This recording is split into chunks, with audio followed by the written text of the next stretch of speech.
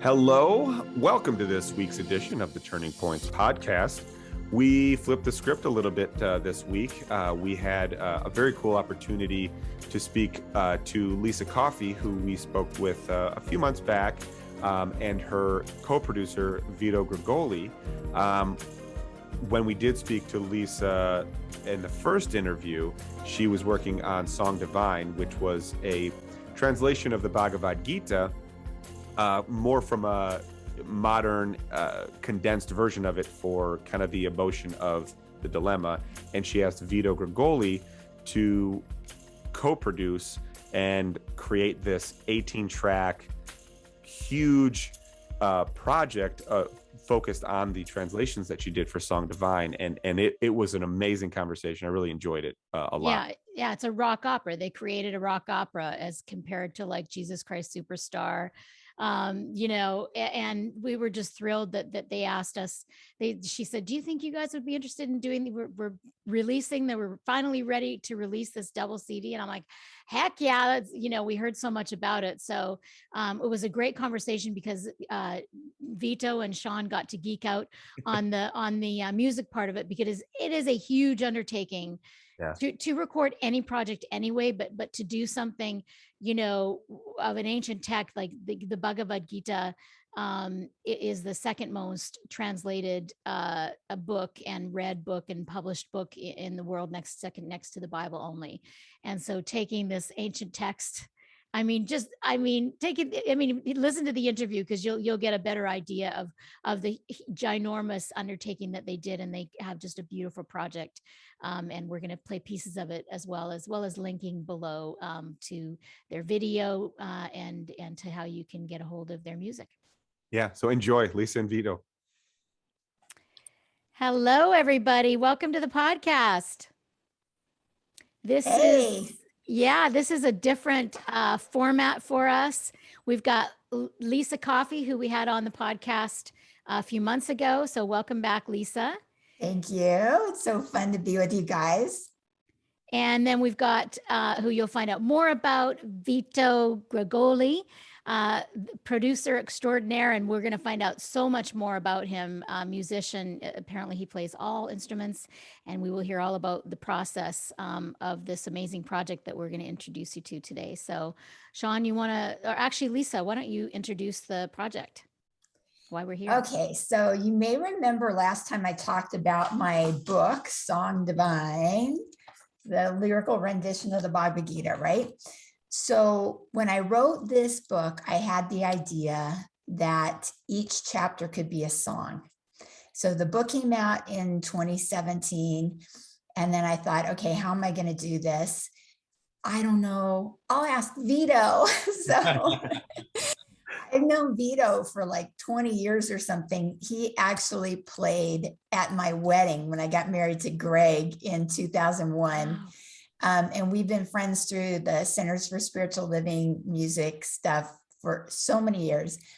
And I know that Vito plays the sitar and all that kind of stuff. I worked on a couple other projects where we brought him in, and I thought, okay, maybe this is a crazy idea, but I really want to do it. I'm going to talk to Vito. And so I kind of gave him the pitch, and he thought, he's like, this is a big job. Let's just do maybe one song and see how it goes. He's like hedging his bets. And I go, how about let's do 3 songs and see how it goes. And then I kind of roped him in, and we couldn't stop. So yeah, but I knew that there was really nobody else who could do this with me, because Vito has that spiritual background. He's a Buddhist. I'm a Hindu. He has the spiritual background, so he knows how important it is. He's done a lot of kirtan type of stuff, but he's also done a lot of pop and rock, and he plays like all these instruments, and the instruments are like toys to him. If he finds out one in some weird country he hasn't seen before, it's like, I want it. I want to learn it, and he really dives deep. It's fascinating. This music is his dharma for sure. If writing is my dharma, music is his dharma for sure. So I was lucky that he said yes. So now 3 years later, we've come out with this CD, and the whole time I've been feeling like this every day for this 3 years, like I'm pregnant. Like, when is this baby gonna arrive? When is this baby gonna come? You know, and now it's here, and I'm so excited. It's the best. Well, thank you for thinking of us to help launch this, because Oh, of course. You know what it's like giving birth to an album. So I knew you'd be excited.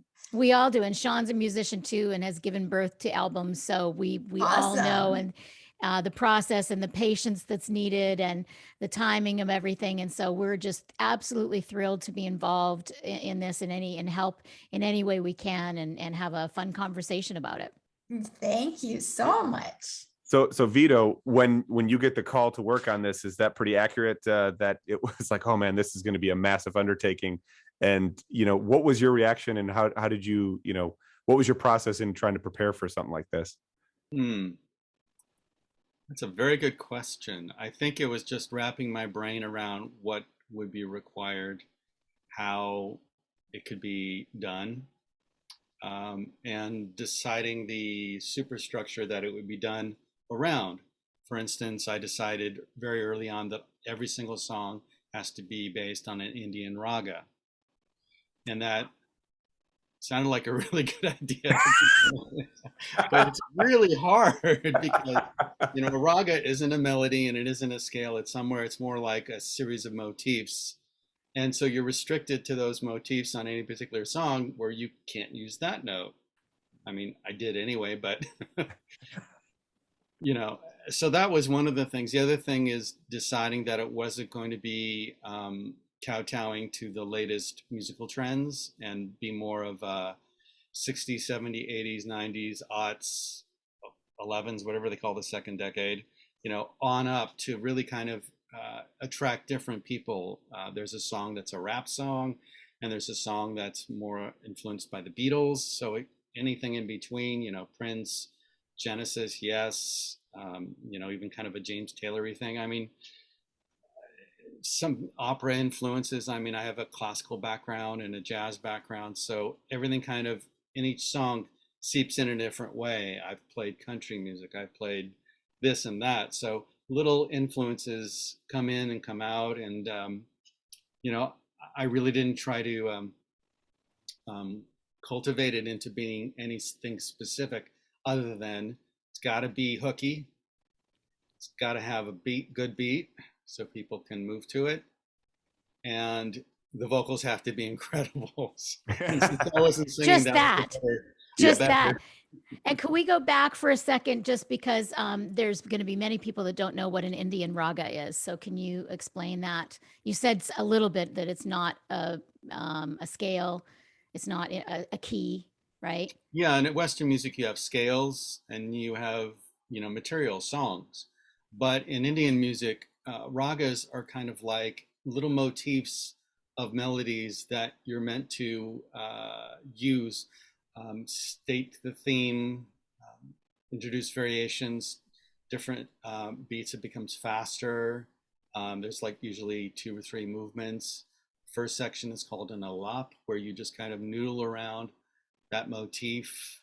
And the artistry comes in not in figuring out new melodies, but in taking those motifs slash scales slash not scales and making them into something very artful. And it's a very deep art, and I don't pretend to be anywhere near an expert at it, but I did want to bring that element into the song so that there be a grounding of something that was definitively Indian, despite the fact if I'm using tabla or sitar or bansuri or sarangi on the song, I wanted to have something that would be in the construction of the songs themselves. Yeah, and these are all, of course, thousands of years old, right, Vito? Right. I mean, yeah. Well, some of them are actually very, very recent, which I was surprised to learn when I read a few books about it. But generally, the tradition goes way, way back. Some of them do originate, pre-BC. Yeah, and the other really big challenge we had is that you know, even if this gets to Broadway, which is like the end goal, we'd love to be Hamilton or something like that, right? Each song has to be like 5 minutes at the most, right? Like ideally, songs on the radio are 3 minutes. Right. But how do you take a chapter of the Bhagavad Gita that's got something like 60 verses in it and turn it into a 5-minute song? That was challenging. Well, and Yeah, that's so we had to I already tightened it up so much for the book, but we had to really chop a lot out. And then I had to rewrite because it was really important for me to maintain the essence of the messages. Like each chapter has its own unique and distinct message. And without that, like, what do you have? You know what I mean? We had to stay true to that. So that was another challenge. And I'm trying to figure out ways to, you know, as you guys know, as musicians and songwriters, is that, you know, a song has 2 or 3 verses tops, right. and a bridge and a chorus. And if you're Dylan, maybe 7, but you don't have 48. Yeah. So that's different ways of compressing some of the verses down without losing their essence, without losing you in the music. There are a few songs that are 7 or 8 minutes long. Hopefully they don't feel that way. They feel more like you're on a journey, you know, like you're watching a movie kind of arc into it. Yeah. And of course, in the Gita, there's no chorus. There's no one thing that Right. repeats. So we had to choose a verse that kind of like summed it up, that was memorable, that we could repeat, so that And we suitable. had that kind of that Western feel, like people are expecting some kind of a Yeah. Right. chorus or something, right? I Well- think all of them have some kind of chorus except for the song 2, Know Who You Are.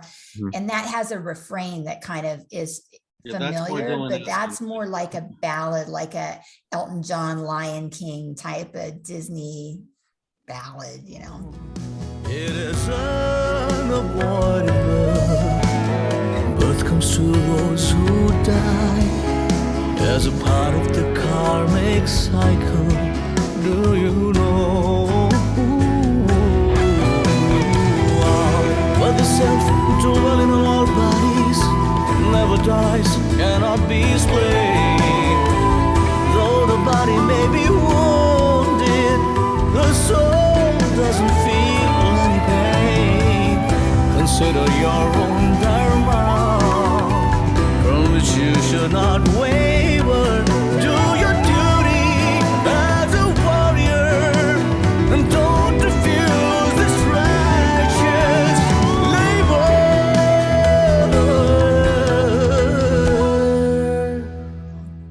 Well, and that was what was really interesting, was listening to it, you know, for the first time, because when you say a rock opera about the Bhagavad Gita, you kind of don't know what to expect. There's really not a program for that. And so I thought that was a huge undertaking, first and foremost, but that the fact that you decided to kind of steer clear of making it into these, you know, 3-minute sound bites and making it more traditional, you know, classical Indian music influenced, I think that really played to the dynamic of the story too, because you get this whole, I mean, it is a roller coaster ride. I mean, as a whole work, but each song, then you feel that kind of push and pull, because like you're saying, sometimes a song starts a little bit slower and then it picks up and it changes a dynamic. And it really plays into the whole story premise of second guessing and not really knowing what to do. There's that internal conflict, and you really get that common theme in a lot of the songs, but then you get there's a common thread of catchy pop melodies throughout there too. So it was a trip to listen to, for sure. There's a reason Yeah. why I decided that it wasn't going to be a musical, but a rock opera. Yeah. I wanted to keep it focused on the songs and not have dialogue in between to break it up. And also there's a certain Broadway thing that I wanted to avoid. It's great, you know, if you're Andrew Lloyd Webber, but I wanted it to be more like Jesus Christ Superstar than Les Mis. Gotcha. You know what I mean? You know? Yeah.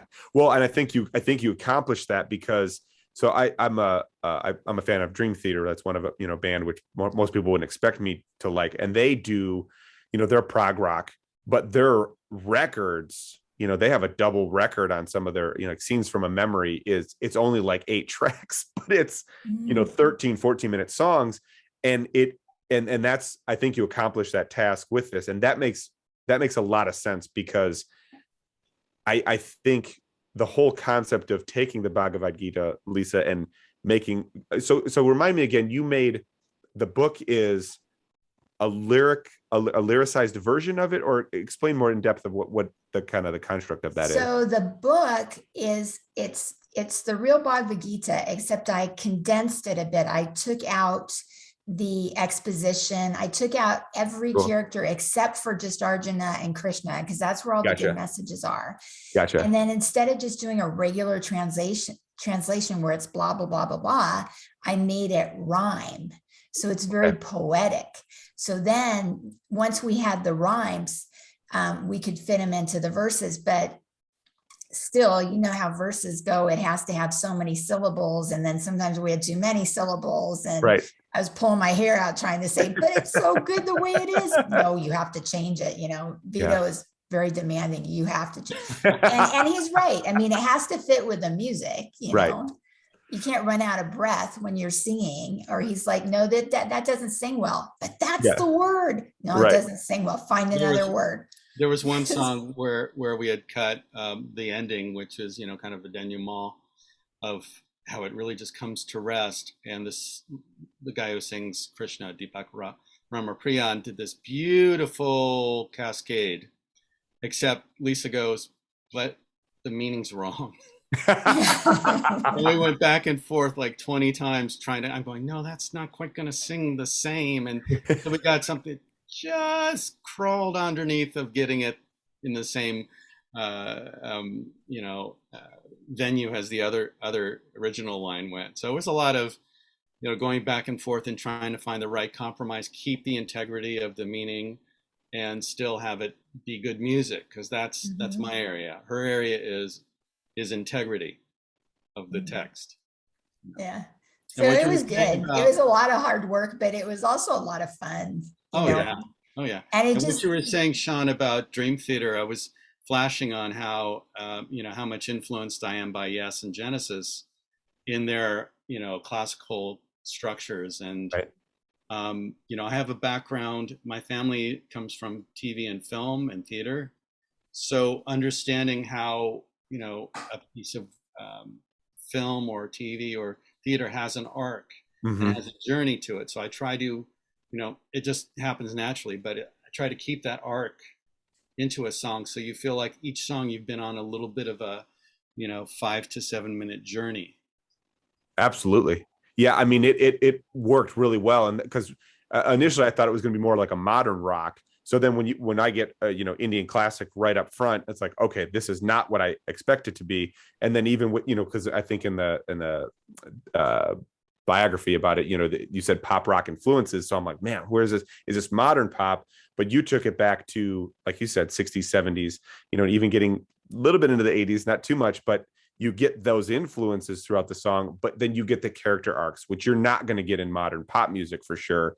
You're just not going to get the depth of character, and you're not going to get the depth of the conflict in the storyline. So yeah, you really need to open it up. And I think, if you guys, it sounds like you guys kind of wrote and then experimented with that in recording process, and then had to readapt to that. That's a long process. That is a long process. That's why it took 3 years. Yeah. Plus, I mean, all the stuff that happened in that 3 years, part of the time we were in a pandemic. Right. I guess we're still technically in it, but there was that. And then Vito moved twice. I moved twice and built a house and things, all life happens along the way, day jobs and everything, because nobody's paying us to do this. I'm, no, what the heck? We have to have our day job. So and plus we were looking for the right singers. So it took a while to sort that out too. Because Lissa was very intent that the Krishna should be played by somebody of Indian descent. And it took us a while to find the right person. I think we did. Yes. And once we settled on that, things started to move. And then, of course, you know, what you were saying about the pandemic, everybody's working remotely. So there's a lot more back and forth. Yeah. Whereas, as you know, Sean, if you're right there in the room, there's quick feedback, Oh yeah. quick adjustments you can do. So that was a big challenge, trying to work remotely like that. Well, tell us about finding the right singer for Krishna and how that came about and who he is. Lisa? So actually, Vito knew him, which is good. And he was kind of on our radar, but he's very busy. You know, his name is Deepak Ramapriyan, and he has his own band called Robot Nature, and they tour and they do albums. And so he was really busy. So it was hard to get a hold of him. Was that Vito? He's doing a TV show too for Disney. Oh yeah, he's writing music for that Mira Royal Detective. So yeah, he's a composer and everything too. So he was on our radar, but we just like couldn't get him for one reason or another for a while. So we were trying different singers, and we had one of my friends come in who recorded with me back in the 90s. You know, he flew in from Mexico and did a track just as a demo track so that we had it. And then I got Sonu Nigam, like the biggest pop star in all of India, huge name, to agree to sing one song. And I thought, okay, now he'll sing one and he'll be able to sing the rest. But, you know, I had to fly to India, was in the studio recording with him. We had a producer there. We had an engineer there. We had musicians there, a bansuri player and a sarangi player. And it was very exciting and everything, but he like has his fingers in so many pies, and he's so busy, and he tours and he does TV shows and everything. So I couldn't get him for more than that, you know, but I'm like so grateful and happy that he did that one song. And especially because of all the songs he could have done, you know, chapter 2, as anyone knows in the Gita, really sets everything up. That's Krishna's like first appearance in the Gita, when he really speaks. And he says the most important thing is you need to know who you are. And that's the name of the song. So it's got that super strong, powerful message. And oh, he did such a good job. And he doesn't usually sing in English. You know, He speaks perfect English. He speaks many languages, actually, and he sings in many languages. And he has so many voices. He's one of those kind of singers that can, you know, sound like other people if he needs to. He does impressions and stuff like that. So he played around with it a little bit and found the right tone. And he was so kind working with me, because there was like one line where I was like, you know, I don't know if this line works. I don't know what to change it to. And he started going, oh, okay, well, let's work on it. And he like helped me like work on it. He goes, okay, so what rhymes with, I can't remember what the word is, but it's supposed to rhyme with dead or something. And it's like, you know, he's saying said, bed, Ted, you know, he's naming all this stuff. And then he goes thread. And I go, thread on this infinite thread. And he goes, that's it. And I loved it. You know, I felt like, oh, this is collaboration. You know, he was so open-minded. He's so generous with his time. So I just love him. He's wonderful. He's been super supportive. Another guy that we were working with was Vish Seth, who's a Krishna devotee from Florida, who I've done a lot of kirtan gigs. He has his own band, the Manapuris. And he's just a really passionate devotee. And we tried to work with him on some of the tracks, but he also has little experience singing in English. And the way he sounds when he's doing kirtan in Hindi or Sanskrit is just sublime. But when he sings in English, it just wasn't the same. So that's when we got switched over to Deepak. But the stuff that he did that was Sanskrit, we kept. We kind of invented a third character called the Sadhu to kind of come in occasionally and sing a Sanskrit chant. And it not only was really cool to keep him in it, but it gave a little bit of more, you know, a wider palette to the vocals. So rather than just having two people back and forth, we have just a few moments of, you know, three people, and the background singer, female singer, you know, comes in. So we have a slightly larger palette than we would as we originally had conceived it. Yeah, and Vish, oh my gosh, the devotion. I mean, you just hear it in his voice, you know, and having that Sanskrit verses, those are actual like Gita verses in Sanskrit. It's just amazing. It's like heart, it melts your heart. He does get a you know, a lead vocal on the last bonus track, the Maha Mantra, which was really nice to be able to, I mean, because he worked really hard and was really, you know, it comes from his heart. So it was really nice to be able to keep him on the project. Yeah, and he plays instruments too. He played an instrument on that track too. Cartels. Yeah. And that's a good segue into talking to you, Vito, about the fact that you played many of the instruments. Yes, I did not play Bansuri, Sarangi, or, no, that's it. Those two. You did play. The Bansuri, if people don't know, it's a Indian flute, wooden flute. Very difficult to play, actually, which is why I didn't do it. And Sarangi is kind of like, has the neck of a sitar with the body of, well, kind of like a banjo body, roughly speaking, and you bow it and you play it with your cuticles, which is really strange. I have an instrument that's similar called the S-Raj, where you can finger it instead of, you know, cuticle it. But I just, you know, I thought, let's get somebody who's really amazing. And when Lissa was going to India to record Sonu, they were kind enough to arrange for the Bansuri player and the Sarangi player. And then we had a few other Bansuri players that I know from here who are also great that we had come in. Because, you know, Krishna's thing is the flute, which Lissa can talk more about. So having the Bansuri on almost every track was kind of a linking thread. Nice. And then we had tabla players, a couple tabla players come in for specific 2 tracks that I didn't feel like the software that I was using was cutting it. You know, it was just a little bit too inhuman.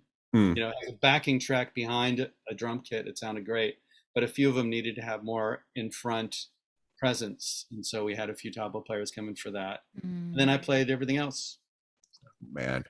Can you name that just because it's fun? Just name drums, anything. Which was my first instrument as a kid. I didn't really get good at it because I quit too quick. And then bass, which I love to play bass. And then guitars, all kinds of guitars, which is basically how I made my mark here in LA. Very small mark, but and then along the way I picked up flute and which I didn't play on this album, but sitar. Keyboard. And then sitar, which I've been noodling around for quite a while because it's such a deep instrument. I mean, I talked about how deep Indian music is. The sitar lineages and schools of music are so absolutely serious. I mean, and I didn't feel like I'm not going to do that. I don't have the time. I'm busy doing this. I'm busy doing that. So I kind of just kept it on the way back burner, and I'd pull it out every so often. And then I just kind of said, well, you know, if I'm going to have this, if I'm going to try to work on this, I want to put some time into it anyway, even if I'm not going to become really good at it. And so I've gotten good enough to be able to play the parts that I needed for the songs. I'm not an expert by any means, but I think it worked well in the track, and that's what I was going for. And keyboards, he does all the keyboards and stuff too. Yeah. Well, and that's what, you know, you could have made that record sound, you know, very American, but you guys sounded like you brought so much respect for obviously where the story comes from in the first place, but you brought some of those elements yourself, and then when it needed to go towards somebody who really dedicated their life to that, you know, particular instrument or, you know, voice, you let them take the lead, and that mixed really well with the production that you had done, Vito, because you need a good bridge for that, and you can't just say, well, I'm American pop rock producer, but I want to have all these Indian, you know, musicians play on this record. You have to know how to write a song for that, right? You have to create the foundation for that, especially what you guys are talking about lyrically. And I think that's amazing, because I can imagine, Lissa, you're going to get a lot of flack for trying to condense the Bhagavad Gita in the first place from some maybe purists. But if I may, it sounds like what you're trying to do is bring the heart of that story to a wider audience. Yes, exactly. And then you weave somebody who sings in Sanskrit within there. Now you're going and paying homage to that story. So it comes full circle, and you're really keeping the integrity, like Vito said, while making it something that a wider audience can actually really, chew on and sit with and be with. Right. That's the thing, is if you're talking mainstream, what appeals to people? Their ear is used to hearing things on, I was going to say the radio, but nobody listens to radio anymore. Spotify, streaming, whatever, that's where their ear goes. And so we have to make it sound, modern and contemporary enough, but still respect the lineage and the tradition and the culture where it came from. Yeah. So that was really important to me. And so we had Sheila Bringy also did the Bansuri, and Neelamjeet Dillon did the Bansuri. Neelamjeet also performed in the music video, which was really cool. And I got to mention also, Alexander Perez is the voice of Krishna. I mean, the voice of Arjuna. He's our Arjuna. And he was our first choice for Arjuna, and he was in it through the whole thing. And so, he's worked on it for 3 years, just like all of us. And he's amazing. His voice is so sweet. So it's nice that we have, a guy that represents the East and a guy that represents the West. Yeah. And it's a nice fusion just with those two characters. I definitely wanted the vocals to be very virtuosic, akin to somebody you might see on The Voice or one of those shows, somebody who could really do acrobatic stuff and still deliver the heart of it. So having Deepak and Alex singing Krishna and Arjuna was a real delight. So I could write some crazy parts for them to sing. Well, that makes it more fun for you, because you're talking about, going back to raga melodies, you have to be able to kind of, correct me if I'm wrong, but when I'm listening, I hear instruments play the melody and I hear the vocals somewhat mimic them, or it's a variation. There's a lot of play back and forth between vocal melodies and instrument melodies, but you're not going to find anybody that can just do that off the cusp. So you had those vocalists before you actually did the melody parts or finished the songs, or how did that go? We had some of the songs done when we switched over to Deepak. Alex was on pretty early. The advantage of having Deepak is he has an Indian training as well, being Indian. He's a marvelous pop musician, and he does a great Prince/Michael Jackson imitation on track 4 or 5. Which one is that, Lissa? Lotus is 5.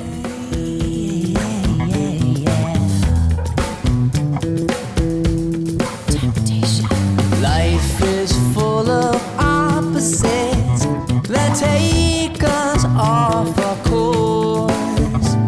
We move to lust and hatred by an invisible force. But giving up desire, let aversion drop away, breaks up the cloud of illusion, the colors of sky gray.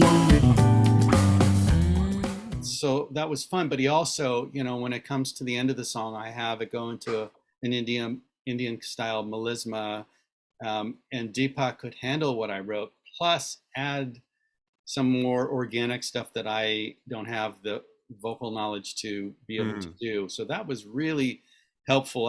Adding that little extra sauce on it really, I think, made it the stuff, look a little better. A lot of times, we kind of guide them. Okay, this is what we're looking for.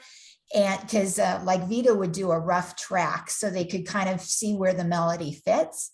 And then we're like, okay, after you do all this, then just kind of go crazy and give us what you got.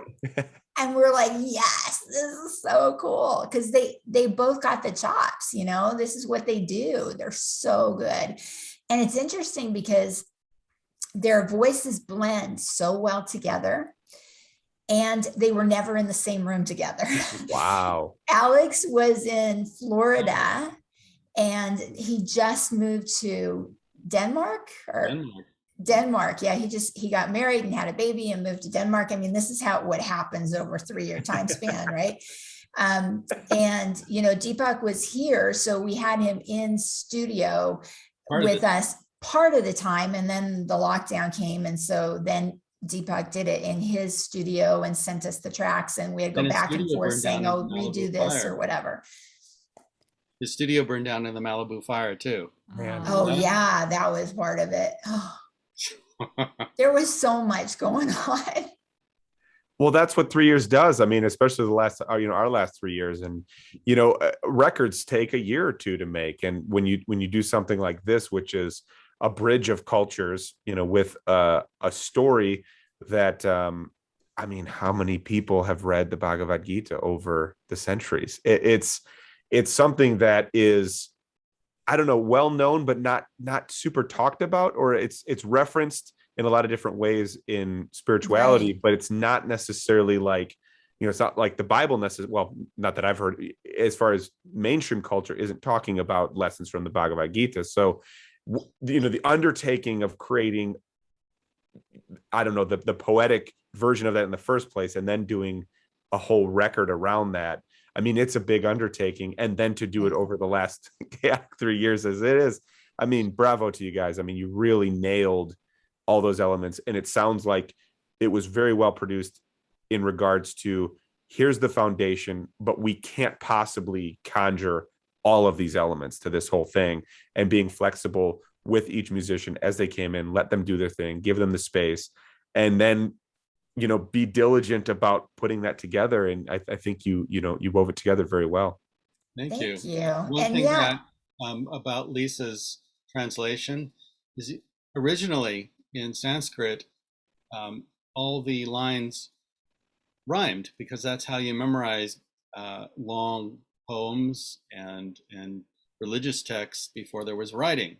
So Lissa's motivation in bringing it into English and doing that was something that, most translations are very academic and therefore very correct, but she was trying to keep the spirit of it and still make it something that could be sung, which was really nice. The other thing I wanted to mention was, the first, 5, 6, 7 songs were really difficult to get a workflow going, because we're essentially doing something that, to my knowledge, has never been done. So I was very much trying to create some kind of modality that I could approach, this huge thing. And so by the time I got to 18, I thought I really had it down, and I wish there were a few more chapters. Finally figured out the system. Next. There you go. Isn't that the way all projects are, though? Is like, exactly. You just get it figured out, and done that. Okay, now I got to start all over again. Yeah, I got another 3 years, Vito. We had a good time, and it's interesting because the Gita is a very small part of the larger epic, which is the Mahabharata. Mm-hmm. And the Mahabharata is where all the action happens, right? That's the main story, is this action, this war that happens. And the Bhagavad Gita is just this sliver out of it. And it's more about Arjuna's dilemma. So really the story is an emotional one. Mm-hmm. So each story has its own emotion kind of thing as he goes through this process. It's not like, okay, he went to this battle, he won that battle, he lost it. It's not like that kind of a story. It's more a story of the human condition. Yeah. And what he went through all those thousands of years ago is applying to us exactly today. Yeah. We all go through those same emotions, those same dilemmas, those same struggles with life. And we're all looking for these answers that are, right here in black and white in the Bhagavad Gita, and now right here on, CD or streaming or whatever. So you can hear it. And what I love about music is that music can convey emotions so much more than just the words can. And when you have lyrics that rhyme and stuff, you can memorize those words and you think of the song, and it's kind of like you got your theme for the day. You know, it's an affirmation that you're singing to, you know, boost yourself up. It's just magical, I think. I wanted to add about what you were saying. At least as far as what I was dealing with, we have Arjuna saying very little except for the first song. So we had to find ways to keep it not just be a monologue throughout the whole thing of keeping Arjuna involved, whether he's singing an improv background against the chorus, or we're just turning one of the verses down to make it a question. So Lissa was very, very, very integral in making that happen. And also because Krishna's essentially giving Arjuna advice. The trick is, so it doesn't sound like a laundry list of do this, do this, do that. So we had to, you know, shift things around a little bit to make it sound more dramatic. I mean, if you think about it, when this goes on stage, you can't have Krishna singing and dancing and Arjuna sitting there, interesting. It's going to be a very boring stage show.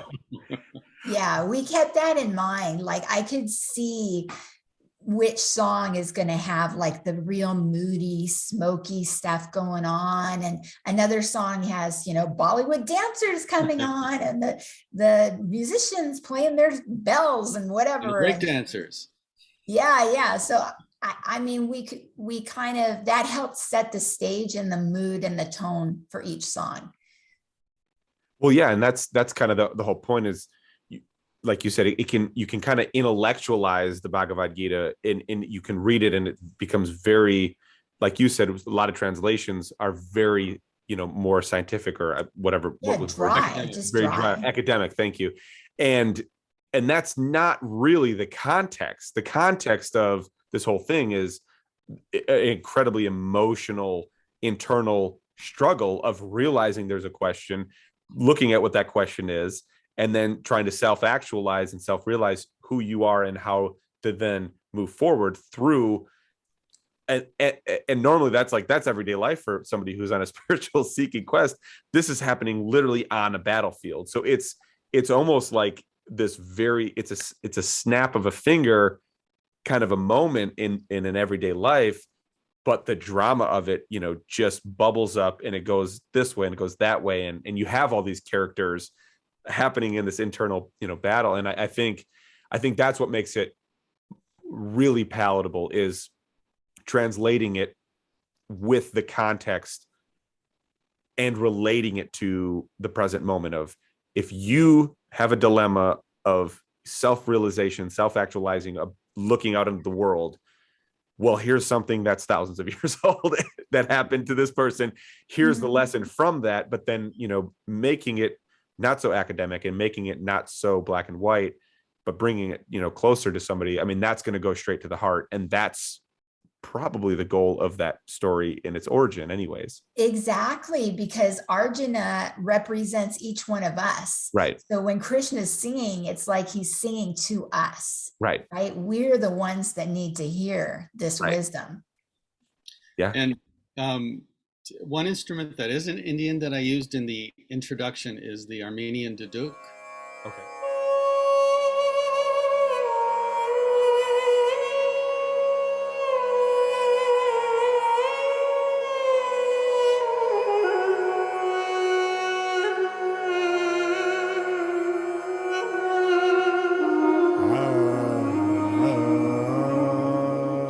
There's a plaintive quality that is very similar to the sarangi, and I wanted to use the sarangi very judiciously because, you know, I want to keep the bansuri and the Krishna flute forefront. But the sarangi and the duduk have such a plaintive lamentation feel about them that it leads perfectly into, you know, Arjuna's struggle. I mean, the first song is just about his absolutely conflicted state of being, you know, the most heart-wrenching thing anybody can face, right, Lissa?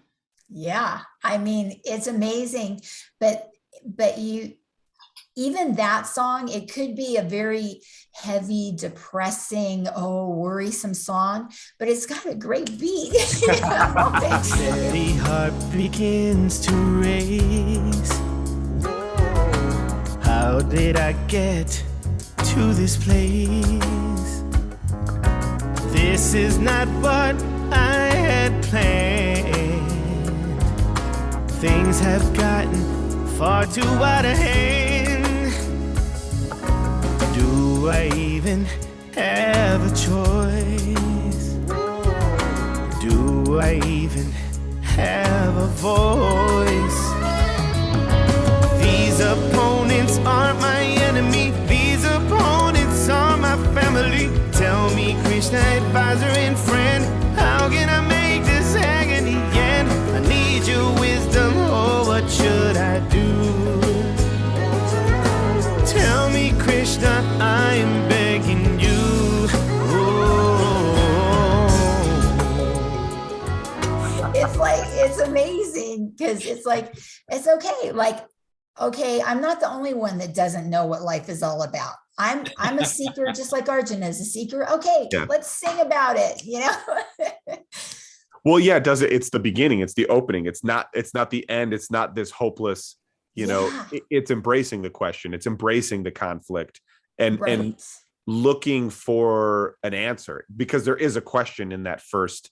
How can this be? How can I and what do I do? There's so many things. It's not just sitting like there's nothing I can do. Right. It's allowing that divine guidance to flow into your, understanding and wisdom. We were helpful that the 18th song, the last song in it, was going to wrap all that up nicely, not just lyrically, but musically. So I used portions of songs 1, 2, 3, and 4 to thematically come back to that. So you have, this journey, but we come back to the battlefield. We come back to Arjuna's question, and we get Krishna's final answer. So I wanted to end it strong, but I wanted to have also just a little slide down into an internal meditative thing at the very end. Yeah, like a full circle kind of moment, Yeah, that was felt very deep. I mean, it was like, it was almost, it was expected in an unexpected way. It was like, oh yeah, he did that thing. And that is what really, kind of, I don't know, it surrounded the whole thing into one moment. It framed it all, and it makes you feel like you understood what was going on the whole time. I mean, honestly, you can explain it to me later. Yeah, only enough to question it, man. I understood enough to, ask the question to myself. So, it was felt very deeply, and you could tell there was a lot of intention in structuring that, the whole motif. Yeah, thanks. I can't believe it all came together the way it did, because it just seems like meant to be, and I feel like Krishna was with us, guiding us every step of the way. There was times when we thought, oh, now what are we going to do? Vito's studio flooded. What are we going to do? Yeah. Krishna, what do we do? We learned from the Gita. We learned ourselves. Truly. And then how in the heck did you get the India recording done in India before COVID and before we weren't, because I haven't been able to go to India in over a year and a half. Yeah, that was just divine timing. That was in 2019. So I met Sonu in April of that year. He was in San Jose, and I talked to his friend of a manager or somebody. I don't know, you remember how I got to this guy. Okay. But he told me, okay, Sonu's going to be at this hotel. He'll see you at 11 o'clock Friday, stay at this hotel, and, he'll meet you in the lobby. I'm like, okay, I'm doing it. So this was like a Thursday. I'm like, I got to get on a plane like today. So I hopped on a plane, went to Burbank Airport, got to San Jose, took an Uber, the whole bit. I'm at the hotel. I'm like, I'm asking him. I can't wait to ask him. And I did that. Right. So we were going back and forth, Sonu and I, through his manager. Okay, because Sonu kept saying, oh, he's going to come back to the US. He had just done this tour. He was in San Jose. We'll circle back. We'll figure it out. So I thought he was going to come here. And then that didn't work out because he got booked in Dubai and Europe, and I mean, everywhere. He's worldwide famous. You know, he can go wherever he wants. So that wasn't working out. So then finally, about September-ish, I said to the manager, well, my goddaughter is getting married in December 7th. I can leave earlier. I can leave like Thanksgiving weekend or the right before Thanksgiving, I said. And so here's this week that I will be staying in Mumbai. All you need to do is pick a day, not even a day, half a day. Just give me half a day in Mumbai. I'll take care of everything. You know, can he do it? And so then he gave me a day and I'm like, cool. So then I booked my flight. I called my godson who's in the music business. He lives in Delhi. I said, okay, we need a studio. We need an engineer. We need musicians, you know, blah, blah, blah, blah, blah. He goes, no problem. Thank you, because it would be a big problem for me. Wouldn't know where to start, right? He arranged for everything. The Bansuri player actually was in Delhi, so he had to fly to Mumbai. But it all worked out. And even like Sonu at the last minute couldn't do the day he said. And he's like, oh, I just got back from traveling and my throat's not right. I don't want to sing with like this. Can I do it the next day? And we're like, okay, we'll just pivot, call the musicians. You come in this day, you know, we're switching everybody around. No problem. We'll do it. I said, no matter what it takes, we're getting this done. And we did it. Wow. It was like a miracle. It was a miracle. And whenever I talk to people and I say, oh yeah, we recorded with Sonu Nigam, they're like, what? How did you do that? You know, it's like I said, I recorded with Elvis Presley. It's like, how did you do, you know what I mean? It's like that big of a deal. I know how Lissa did it. She asked. That's what Lissa Coffey does. She asks. Why not? Yeah. Man, that's crazy. I mean, to pull all that together before, to get it all, you know, wrapped up during and still going, you know, still during a pandemic. I mean, it's a big undertaking. You're worldwide. I mean, you're just going across, you know, the Great Pond, you know. Yeah, because we didn't know the pandemic was coming a mere few months later, you know. Well, and that's the thing is, I mean, I'm sure you've had plenty of experiences in your life where there's a thing to do, a passion to do it. And, you know, when you make yourself available to then walk through that process, things do divinely line up in ways that you couldn't have conceived of otherwise, you know, and then you meet people along the way that you had no idea you needed, you know, or that would lead to this. And it's like, as long as you're open during a flood or, you know, a fire or whatever, you know, happens, as long as you're open for that process to continue, it usually takes care of itself in some strange way. Get out of the way and be there, you know, to let the purpose unfold. Absolutely. Yeah. In fact, our, you know, it's just so divine how a lot of it unfolded. The engineer, after we finished recording and everything, took me aside and said, I have to tell you just how much that song meant to me, because I'm going through my mother passing right now. So to hear those words over and over again was such a comfort to me. So I was like, you know, I had no idea he was going through that big struggle in his life right then. And he said that song just really resonated with him and meant so much to him. I just got chills to me to hear that, you know? Yeah, I just got chills. I mean, that's why you're doing the project. That's why we all do what we do in service to into the divine, really, and to help ease suffering and be of service to people. Yeah. I just want to interject, Lissa. We need to talk about Rajesh.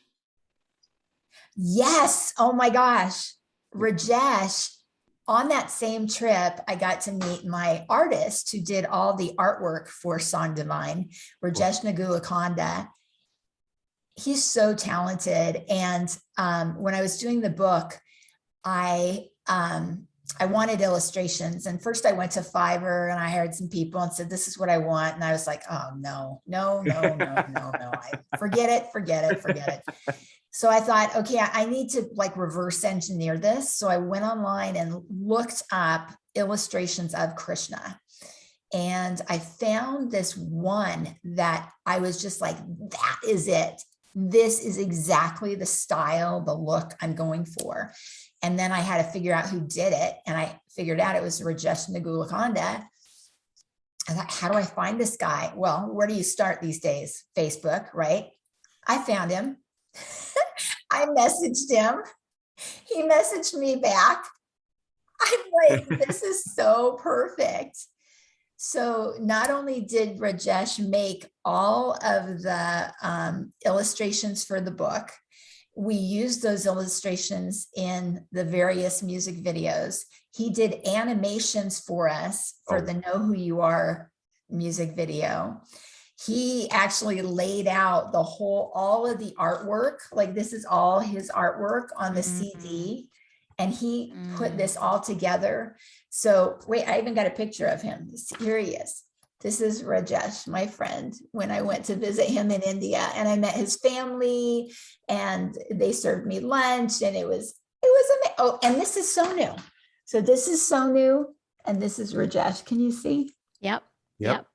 And that's my godson, Manu. Yeah. That's so cool. Just makes me so happy.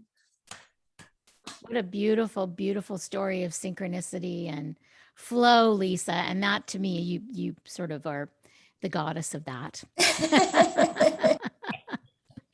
I know, it's like there must be like past life connections or something, because how would Vito and I connect, and Rajesh and I connect, and Sonu and I connect, and Deepak Ramapriyan, and everything just came together to make this like perfect thing. Like without one of those elements, it wouldn't have happened. But we had all of these elements and it just works.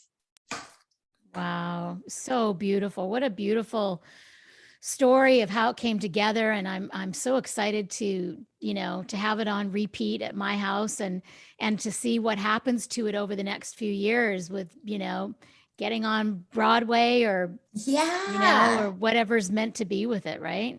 This might be our Hamilton, it might be. We'll see. We have lots of big plans. So awesome. Well, thank you. It's not the first step, it's the second step. The first step was the book. This is the second step. So we're already, the train is out of the station. We're going down the road. Right. Well, I mean, Lissa, excellent job, taking this story and putting into a new age context with, the emotion and the heart of the story that was, meant to be there, meant to be received by listening to it and reading. Vito, excellent job with the production, man. I mean, you nailed it top to bottom. It was just, you wove this thing together that seemed like an impossible thing that you could weave together. And I think it just really came together, and your guys' love and passion kind of, resonates through the whole project as you talk about it. I mean, you were obviously very present and very there because you have all of this documentation in your stories and, how it came to be. So we're going to do a little different ending. Normally we will end this with we kind of do this say more section where we talk about it, but we're going to play, I guess, the first single. We can call it the first single from the record. And Lissa, why don't you go ahead and what am I trying to say? Tell us about introduce it. Sorry, introduce it. That's the word. Introduce the song for us. Sorry. Thank you. Okay, great. So this is actually the first song that Vito wrote and that we did together, although it's from chapter 2 of the Gita. And the message here is Know Who You Are. So it's the title of the song. And this is the song that Sonu Nigam sang for us. And we put together a music video on the beach in Malibu and on a very windy day with a beautiful Indian dancer. And the storyline for the music video is that this young girl is in California and she loses her grandmother who is in India. but she can't go to India because of the pandemic. So she goes to the beach to honor her grandmother with dance and an offering of roses. And while she's there, she has a vision. Oh, So man. you'll see. All right, here it is. Check it out. Song Divine, Know Yourself.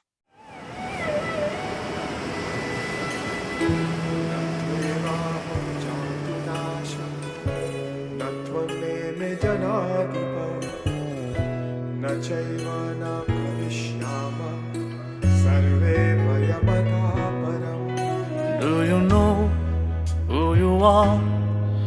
Do you know from where you came?